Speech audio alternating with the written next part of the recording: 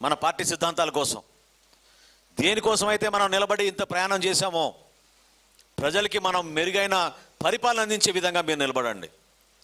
ఇందాక నేను ఒక నాయకులతో నాతో మాట్లాడుతున్నప్పుడు అదే చెప్పాను. మనం చేసే పొరపాటు ఈరోజు ఏంటంటే సింగిల్గా వెళ్తున్నారు నాయకులు. వెళ్ళబాకండి. 10 మంది జన సైనికులు, 10 మంది నాయకులు కలిసి మీరు వెళ్ళండి. ప్రభుత్వంలో పెద్దలు ఎందుకు మని పనులు చేయరో దాని గురించి మనం కూడా మాట్లాడుకోవచ్చు. నిలబడండి. నియోజకవర్గ స్థాయిలో మీరు ఎదుర్కొన్న సమస్యలు, మీరు ఎవరికైతే హామీలు ఇచ్చారో ఓట్ల సమయంలో, ఏ విధంగా కూటమి సభ్యుల్ని మీరు గెలిపించారో, మీకు ఒక బాధ్యత ఉంది, మనకు ఒక బాధ్యత ఉంది.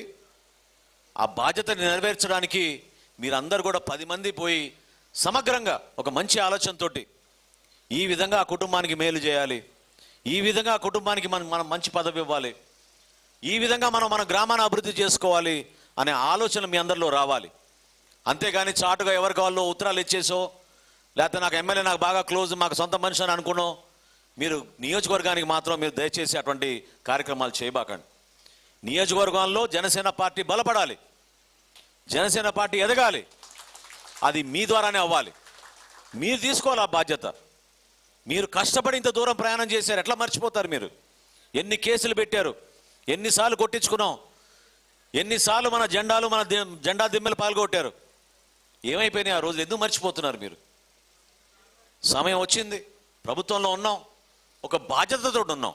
అది కూడా చెప్తున్నాం మీకు. పదవి వచ్చిందంటే మనం ఏదో అలంకరణ కోసం కాదు, ఒక బాధ్యతతో ఉన్నాం. మనం కూటమి ప్రభుత్వాన్ని ఇంకా బలపరచాలి, ఇంకా మెరుగైన పరిపాలన అందించాలి.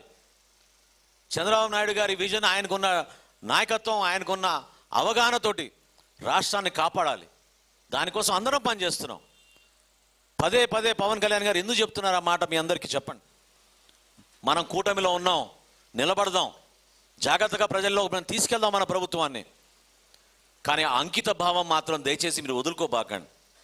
ఎందుకంటే మన యూఎస్పీ అంటే యూనిక్ సెల్లింగ్ పాయింట్ అంటారు మన పార్టీలో. ఎవరికైనా సరే ఒక ప్రోడక్ట్ గురించి మాట్లాడినప్పుడు, ఒక కష్టపడి ఎదిగిన వ్యక్తి గురించి మాట్లాడినప్పుడు ఏంటంటే జన సైనికుల్లో మాత్రం ఆ నిజాయితీ అనేది ఎవరిని ప్రశ్నించలేరు. అనేక పార్టీలు ఉన్నాయి, వాళ్ళు కూడా అనేక కార్యక్రమాలు చేస్తూ ఉంటారు.